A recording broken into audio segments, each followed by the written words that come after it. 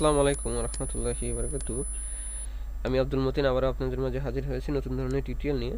তো আজকে আমরা শিখব যে কিভাবে কনস্ট্যান্ট পিএসপিতে কাজ করে। কনস্ট্যান্ট নিয়ে আলোচনা করব। তো কনস্ট্যান্ট কি এই বিষয় নিয়ে আমি আজকে আলোচনা করব, যেহেতু কনস্ট্যান্টের বিস্তারিত আমি আপনাদের মাঝে তুলে ধরছি। কনস্ট্যান্ট হলো এক ধরনের অপরিবর্তনশীল মান, অর্থাৎ ভেরিয়েবল, যেমন ভেরিয়েবল এবং কনস্ট্যান্ট দুইটাই সেম, কিন্তু একটু ডিফারেন্ট আছে। একটু ডিফারেন্টটা হলো একটার মান পরিবর্তন হয় আর একটার মান পরিবর্তন করা যায় না। এটাই হলো মূল পার্থক্য। আর এদের ভিতরে ভেরিয়েবলে যখন আমরা ভেরিয়েবল ডিক্লেয়ার করি, তখন এর সামনে কি দিতে হয়? প্রথমে আমাদের যা দিতে হয় সেটা হলো ডলার সাইন দিতে হয়, কিন্তু আমাদের কিসের দিতে হয় না, কনস্ট্যান্টে কোনো ডলার সাইন দিতে হয় না। এটাই হলো মূল পার্থক্য। তো প্রথমে আমাদের যা করতে হবে, আমরা যখন কনস্ট্যান্ট ডিফাইন করব তখন আমাদের প্রথমে দিতে হবে ডিফাইন। আমাদের ডিফাইন দিতে হবে। ডিফাইনের মধ্যে আমাদের তিনটা প্যারামিটার থাকে। প্রথমে আমাদের যেটা থাকে সেটা হলো, প্রথমে একটা নেম থাকে, আমরা এখানে দিলাম নেম। তার ভিতরে থাকে হলো আমাদের ভ্যালু। ভ্যালু তারপরে আমাদের থাকে যে কেস ইনসেনসিটিভ। এইটা হলো আমাদের ইনসেনসিটিভটা হলো ট্রু আর ফলস, কেস সেন্সিটিভের জন্য এটা আমরা ব্যবহার করব। তো প্রথমে আমাদের যেটা থাকে নেম। কোন নেম? আমরা যদি ভেরিয়েবলে আসি, আমরা একটু উদাহরণ দিয়ে বোঝানোর চেষ্টা করতেছি। যে উদাহরণ ধরুন নেম ইকুয়াল আমরা কি রাখি, এখানে নেমের ভিতরে আমরা রাখি হলো, ধরেন আমরা নিলাম মাই নেম ইজ মতিন খান। এখন এটা কিন্তু একটা ভেরিয়েবল ডিক্লেয়ার করলাম। এটাকে যদি আমি প্রিন্ট করি, তাহলে আমরা ইকো আমাদের এটা প্রিন্ট করি, তাহলে আমাদের আসবে মাই নেম ইজ মতিন খান। আমি একটু আমাদের আউটপুটটা দেখে আসি। কনস্ট্যান্টটা যদি আমরা দেখে আসি, যে এখানে আমাদের এটা হবে না, এটা একটু বাদ দিয়ে দিলাম। এখন এখানে চলে আসি মাই নেম ইজ মতিন খান। এটা কিন্তু আমরা ভেরিয়েবল দেখে আসলাম। এখন আমরা কনস্ট্যান্টটা দেখব, যে কনস্ট্যান্টে কিভাবে আমরা আউটপুটটা ভেরিয়েবলের মতোই দেখতে পারি। এখন এখানে কি বলা হয়েছিল? নেম, তারপরে ভ্যালু। এখানে দেখেন এটা হলো নেম, ভেরিয়েবল নেম, আর এটা হলো ভ্যালু। এর ভিতরে যে মানটা থাকবে সেটা হলো এরকে দিয়ে দিবে, ভেরিয়েবলের সেম। এর ভিতরে যে মানটা থাকবে সেটা কিন্তু আমরা অ্যাসাইন করে তা কাকে, আমরা এই নেমকে দিয়ে দিচ্ছি। তো সেম জিনিসই, যদি এখানে কোনো ভ্যালু দেওয়া হয় কনস্ট্যান্টে, তাহলে সেই মানটা আমরা এইখানে রাখবো।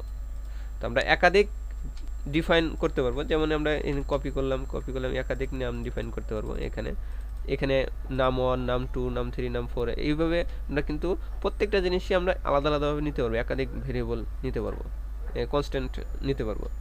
ওকে, তাহলে আমাদের যা করতে হবে, আমি প্রথমে এখানে বলছিলাম যে তিনটা প্যারামিটার থাকে। প্রথম প্যারামিটারটা থাকে হলো আমাদের নেম, দ্বিতীয় প্যারামিটার থাকে আমাদের ভ্যালু, তৃতীয় আর একটা প্যারামিটার থাকে যে ট্রু আর ফলস। এটাকে যদি কেস সেন্সিটিভে আপনি ব্যবহার করতে চান, যদি হয় এখানে আমি যদি এখানে ক্যাপিটাল লিখেছি, ক্যাপিটাল কিন্তু আউটপুট দেবো স্মল, তাহলে সেক্ষেত্রে যদি আমি এখানে ট্রু দিয়ে দিই, যেমন এখানে ট্রু দিয়ে দিই, ট্রু, তাহলে আমরা যদি এখানে স্মল দিয়ে ইকো করি, ইকো যদি স্মল দিয়ে করি, তাহলে সেক্ষেত্রে কিন্তু আমাদের এটা শো করবে।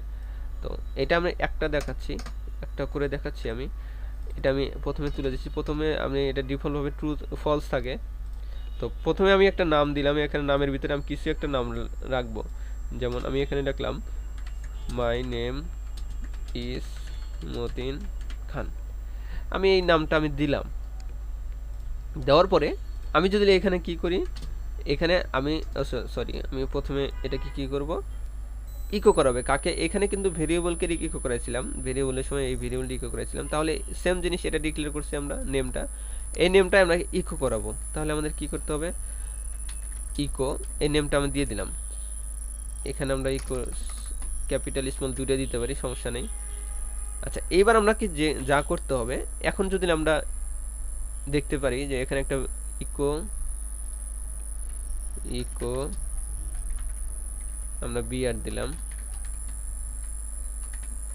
বিআর দিয়ে আমরা যদি এবার আউটপুট দেখি, তাহলে আমরা দেখছি মাই নেম ইজ মতিন খান। কোন নামটা আসলো? এই নামটাই কিন্তু আসলো, অর্থাৎ যে মানটা আছে ভ্যালু, এই ভ্যালুর যা আছে সব কাকে দিয়ে দিলাম, একে দিয়ে দিলাম, সেম ভেরিয়েবলের মতোই, কিন্তু এখানে কোনো যে মানটা আছে সেই মানটা কোনো সময় পরিবর্তন করা যাবে না, অন্য কোনো জায়গায় ব্যবহার করা যাবে না এই জন্য।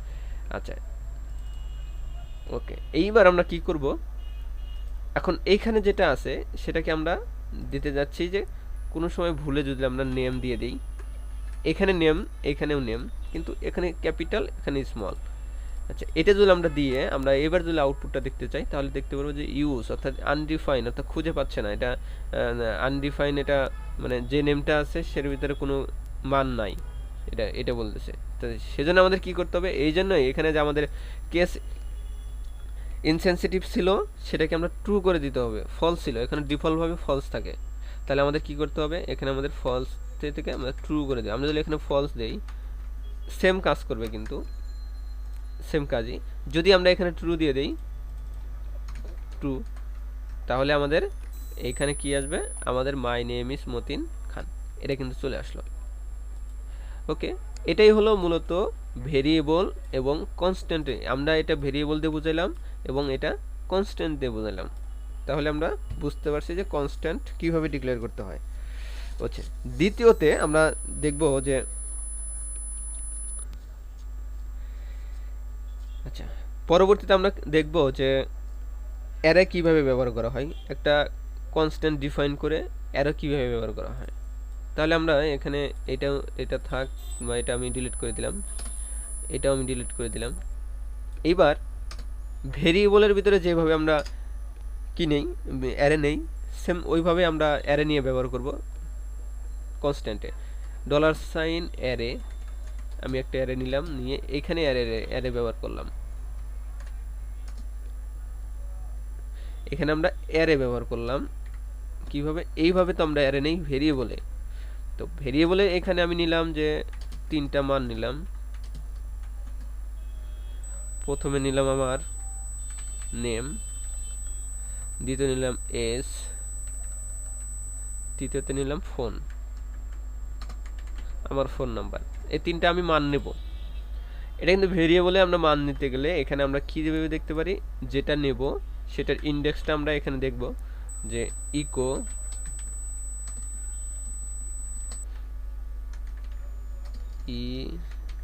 ইকো আমরা কি নামটা নেব, ডলার সাইন, আমরা এটা নেওয়ার পরে এর ভিতরে কোন ইন্ডেক্সটা নিতে চাচ্ছি আমরা, অর্থাৎ কোন মানটা, অর্থাৎ আমরা জানি যে অ্যারেতে সবসময় কাজ করে 0 ইন্ডেক্স থেকে, এটা 0 ইন্ডেক্স, 1 ইন্ডেক্স, এটা হলো 2 ইন্ডেক্স। তো আমরা যদি এটা শো করতে চাই, নেমটা শো করতে চাই, তাহলে আমরা কি দিতে হবে, আমাদের দিতে হবে, আমাদের যদি 1 দেই এখানে তাহলে আমাদের এটা শো করবে। আচ্ছা তাহলে আমাদের এসটা দেখাবে। এইবার যদি আমরা এখানে আসি তাহলে আমাদের এসটাই দেখাচ্ছে। তো সেম জিনিসটা আমরা আমরা কি ভেরিয়েবলে করলাম, এবার আমরা কনস্ট্যান্টে করব। কনস্ট্যান্টে করার জন্য কি করতে হবে, ডলার সাইন আমাদের ডিফাইন করতে হবে, ডিফাইন, আমাদের ডিফাইনের ভিতরে আমাদের কি লিখতে হবে, আমরা ডিফাইন করে আসছি যে নেম দিতে হয় একটা এবং তার ভিতরে আমাদের ভ্যালু দিতে হয়, ভ্যালুটা আমরা অ্যারে আকারে দিব, কিভাবে আমরা অ্যারে আকারে দিব। আচ্ছা এবার আমরা একটা নেম নেই, যেমন একটা কার্স, যে কোনো একটা মান, আমি একটা নেম নিলাম, এর ভিতরে আমি অনেকগুলো মান রাখবো, সেম জিনিসটা যেভাবে আমি ভেরিয়েবল ডিক্লেয়ার করেছি নাম, এইভাবে আমি একটা নিলাম যে কার্সের ভিতরে আমি কি নেব, এই কয়েকটা মান রাখবো, কিভাবে আমি একটা কপি করলাম, কপি করে এখানে দিয়ে দিলাম, সেম জিনিসই কিন্তু আমাদের হয়ে গেল, আমাদের কিন্তু ভেরিয়েবল এবং কনস্ট্যান্ট দুটো ডিফাইন করলাম। ওকে এইবার আমাদের যা করতে হবে, এবার সেম জিনিসটাই আমি এখানে যেভাবে আউটপুট দেখাচ্ছি, সেম জিনিসটা যদি আমি এভাবে আউটপুট দেখাতে চাই তাহলে আমাদের কি করতে হবে, আমাদের এখানে ভেরিয়েবল আমরা অ্যারে আকারে নিয়েছিলাম, কিন্তু এখানে কিন্তু অ্যারে নেই, অ্যারে লিখি নেই, পার্থক্যটা এখানেই। আচ্ছা এবার আমরা এটাকে কপি করি, আচ্ছা আমি এখানে লিখেই রাখি ইকো, আমাদের এই নামটা ছিল কোনটা, এই নামটা, তাহলে আমাদের এটাকে কপি করে এখানে দিতে হবে, এর ভিতরে এখন অ্যারে বসাবো, বসে আমরা 0 ইন্ডেক্সের যে নামটা আছে, 0 ইন্ডেক্সের যেটা আছে সেটা আমরা দেখাতে চাচ্ছি। তো এখানে আমি ইকো ডাকি, ইকো আমি একটু বিআর দিয়েছি, এরপরে এখন যদি আমি দেখব যে এস এবং নেম, তাহলে আমি এখান থেকে আমরা এস পাইলাম, আর এখান থেকে আমরা কি পেলাম, এখান থেকে আমরা এই নেমটা পাইলাম। তো এটাই হলো ভেরিয়েবল এবং কনস্ট্যান্টের মধ্যে পার্থক্য। একই জিনিস, অর্থাৎ আমরা এটা ডিক্লেয়ার করার সময়, আমরা এটা ভেরিয়েবল ডিক্লেয়ার করার সময় আমরা কি করি, ডলার সাইন দিয়ে থাকি, কিন্তু এখানে কোনো ডলার সাইন দিতে হয় না। আর এটা হলো কোনো কনস্ট্যান্টের নামের মান পরিবর্তন করা যায় না, এবং ভেরিয়েবলের মান যে কোনো সময় পরিবর্তন করা যেতে পারে।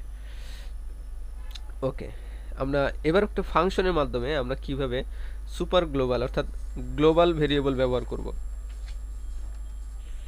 আমরা এবার এটা কেটে দিলাম, কেটে দিয়ে আমরা যদি কিভাবে আমরা প্রথমে ডলার সাইন একটা এক্স মান নিলাম ইকুয়াল 1 বা 10 নিলাম, সমস্যা নেই।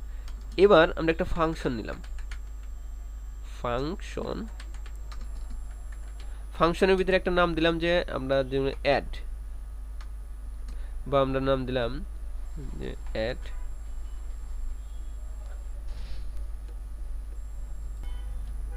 ওকে, এখন আমরা যা করব যে যদি কোনো ফাংশন অর্থাৎ কোনো গ্লোবাল ফাংশন ভেরিয়েবলে দেখতে চাই, তাহলে আমরা কি করব, এখানে ফাংশন গ্লোবাল, আমি ভেরিয়েবল গ্লোবাল ভ্যালু আমি একটা নাম দিলাম, এর ভিতরে আমি এটাকে যদি ইকো করাতে চাই, ধরেন ইকো আমি এক্স, এই মানটা আমি দেখাতে চাচ্ছি এক্সটাকে, তাহলে আমি কি করব, এবার যদি আমি এটাকে এখানে কল করিয়ে দিই, তাহলে আমাদের কি হবে, আমাদের অবশ্যই মানটা দেখানো উচিত ছিল। তাহলে আমরা একটু দেখি, আমাদের কোনো মানটা দেখাচ্ছে না কেন, সে এই মানটা খুঁজে পাচ্ছে না, মানে এই এক্স এর যে আমি নিয়েছি সেটা কিন্তু খুঁজে পাচ্ছে না। এই জন্য আমাদের কি করতে হবে, এখানে আমাদেরকে ডিফাইন করে দিতে হয় যে ডলার সাইন অর্থাৎ গ্লোবাল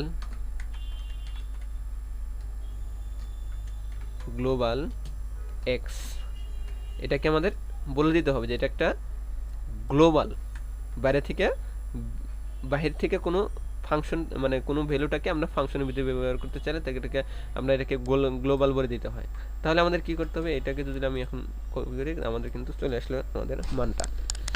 এবার আমাদের যা করতে হবে, সেম জিনিসই আমরা যদি কনস্ট্যান্টে ডিফাইন করতে চাই, কনস্ট্যান্টে ডিফাইন করতে হয় কিভাবে, আমরা এখানে লিখলাম যে কোনো মান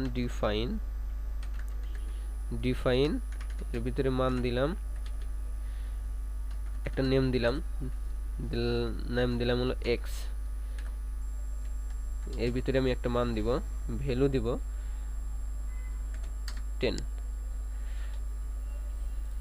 ওকে, এখন আমাকে যা করতে হবে, এটাকে যদি আমি ফাংশনের মাধ্যমে রাখি, ফাংশন টেস্ট, এটাকে ইকো করলাম, ইকো কি করব, ইকো আমরা যদি এখন এক্সটাকে ইকো করি, তাহলে আমাদের এটাকে কল করাতে হবে, ইকো কল করালাম, তাহলে আমাদের মানটা কিন্তু দুইটা চলে আসলো।